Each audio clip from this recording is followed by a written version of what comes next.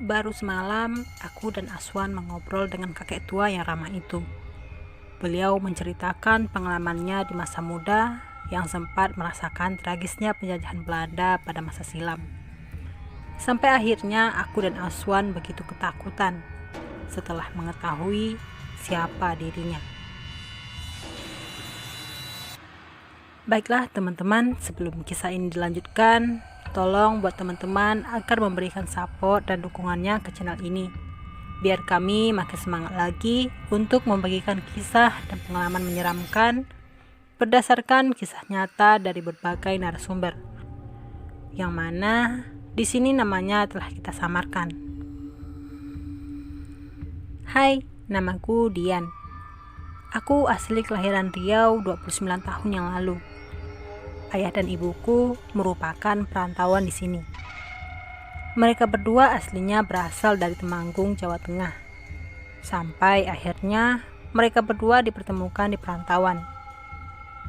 Pernah suatu ketika aku ikut pulang ke kampung halaman bapakku di Temanggung untuk sekedar mengenal dan bersilaturahmi dengan sanak famili yang masih menetap di sana. Tak lupa juga aku mengajak teman akrabku yang bernama Aswan, yang kebetulan dia masih satu pabrik denganku di tempat bekerja di Riau. Singkat cerita, kami pun tiba di tempat kelahiran bapakku di Temanggung. Lalu kami mengunjungi salah satu saudara bapak, namanya Pak Leiwan. Dia adalah salah seorang adik dari bapakku untuk meminta izin beberapa hari menginap di sana. Semuanya berjalan normal begitu saja. Aku dan Aswan pun diizinkan menggunakan motor bebek tua kesayangan Pak Leku itu. Tidak terasa, sudah menginjak hari kedua aku berada di sana.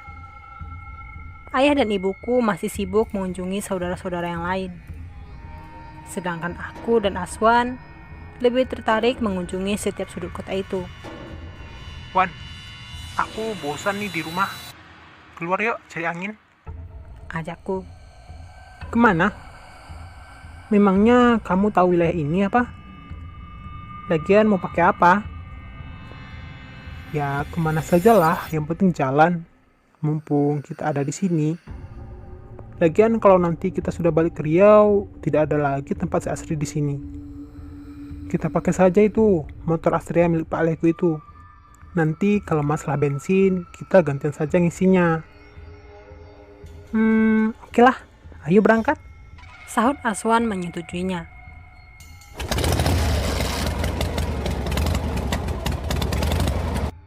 Tanpa menunggu lama, motor bebek tua yang berwarna hitam itu pun kami engkol. Kemudian kami membawanya menyusuri setiap sudut di wilayah itu. Udara yang masih segar dan pemandangan yang hijau memanjakan mata kami. Tanpa kami sadari, sudah hampir seharian kami berputar-putar. Dan tibalah waktu azan maghrib sayup-sayup berkumandang. Dari kejauhan sepanjang mata memandang, tidak ada sebuah rumah pun yang berdiri di tempat itu. Yang ada hanya kerumunan pepohonan yang dibelah jalanan beraspal. Waduh Yan, sudah maghrib nih. Sebentar lagi sudah gelap. Mana hari mau hujan lagi? Ujar Aswan memulai pembicaraan. Iya nih Wan.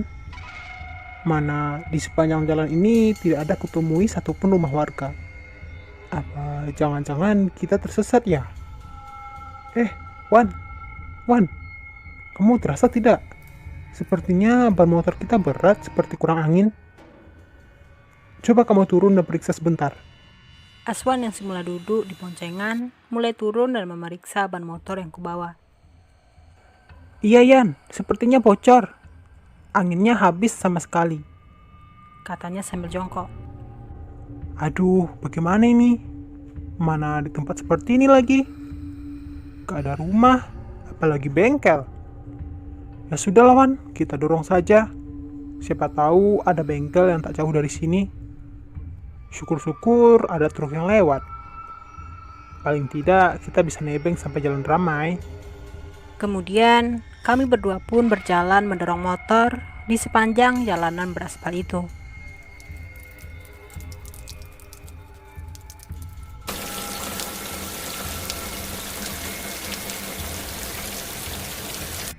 Tiba-tiba hari yang semulanya gerimis berubah menjadi hujan yang cukup lebat.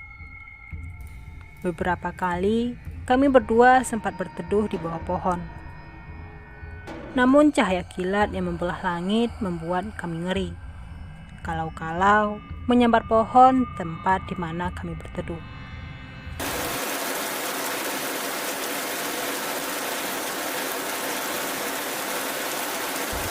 Wan, sepertinya hujannya tidak akan reda. Sebaiknya kita tekad saja. Usulku. Aswan hanya mengangguk setuju dan kembali mendorong motor yang kami bawa. Sepanjang perjalanan, belum juga kami menemukan rumah warga ataupun bengkel motor di sekitar situ. Yan, coba lihat di depan sana. Sepertinya ada cahaya lampu.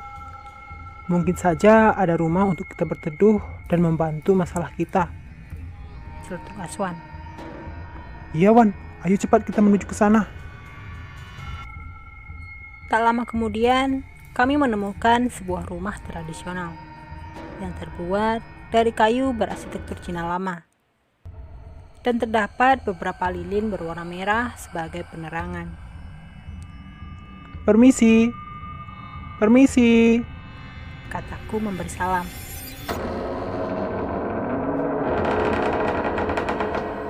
Tak menunggu lama, pintu rumah itu terbuka. Tampak seorang kakek tua keluar dari dalamnya. Sepertinya dia yang punya rumah.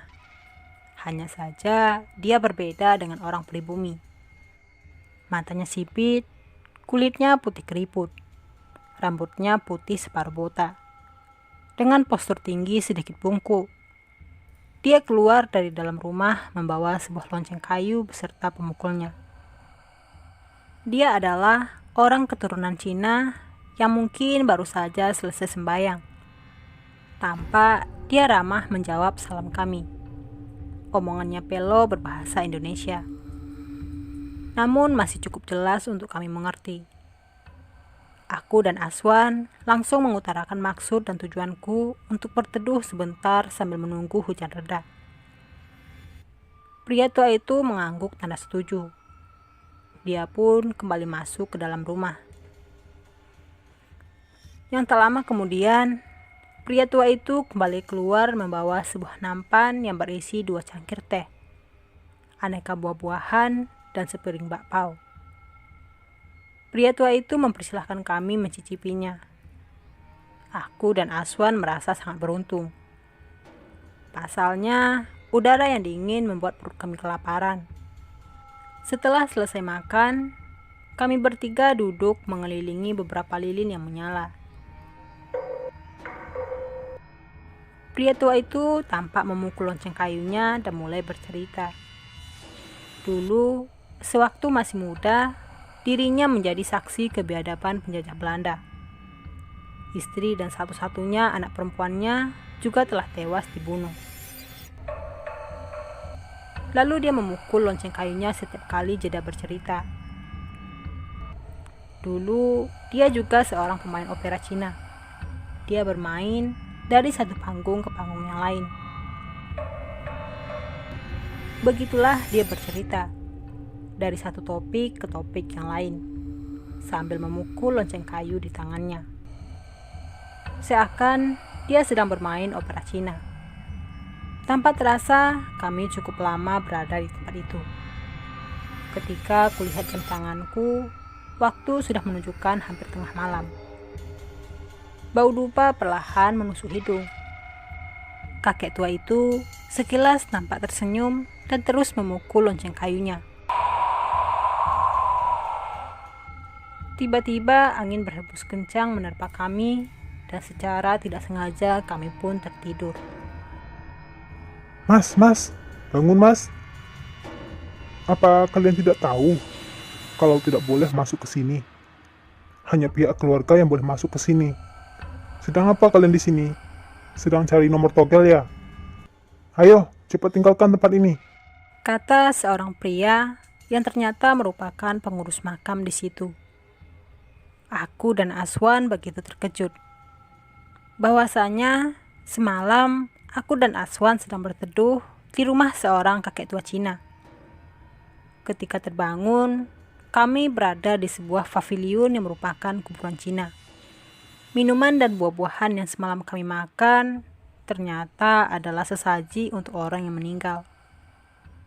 Di sana juga ada beberapa lilin dan dupa yang sudah padam. Lalu kami pun kembali dikejutkan oleh sebuah nisan yang terdapat foto seorang pria tua bertuliskan Huo Tinsun pada tahun 1951.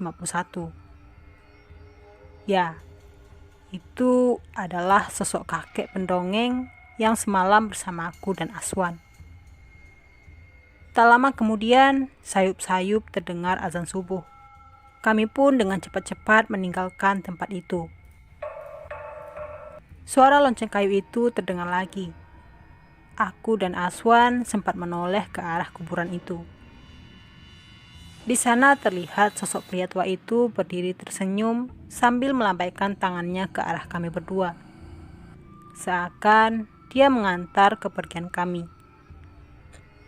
Tanpa pikir panjang, aku terus tancap gas dengan panik. Di tengah perjalanan, aku dan Aswan kembali dikejutkan oleh sebuah keanehan. Bukankah ban motor kami semalam bocor?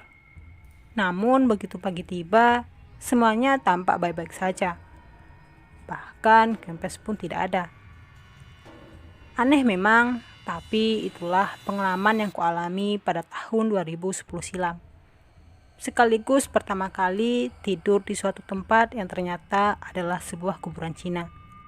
Oke teman-teman, sekian dulu pengalaman mistis yang dialami oleh Mas Dian. Terima kasih sudah membagikan ceritanya kepada kami. Dan terima kasih juga buat teman-teman yang sudah mendengarkan kisah ini. Semoga kita semua dapat terhibur dan juga lebih mawas diri dimanapun Anda berada. Untuk kisah-kisah misteri lainnya, silahkan pantengin terus channel ini ya. Dan jangan lupa untuk tekan tombol subscribe, like, comment, and share-nya. Agar kami makin semangat untuk membagikan berbagai kisah, pengalaman, dan kejadian horor yang penuh dengan misteri. Yang benar adanya dari berbagai narasumber. Jika teman-teman sedang mendengarkan kisah ini, pastikan lampu menyala dan tidak dalam keadaan sendiri. Karena bisa jadi Anda tidak sendiri. Terima kasih, salam keramat satu nyali tanpa jasad. Assalamualaikum warahmatullahi wabarakatuh.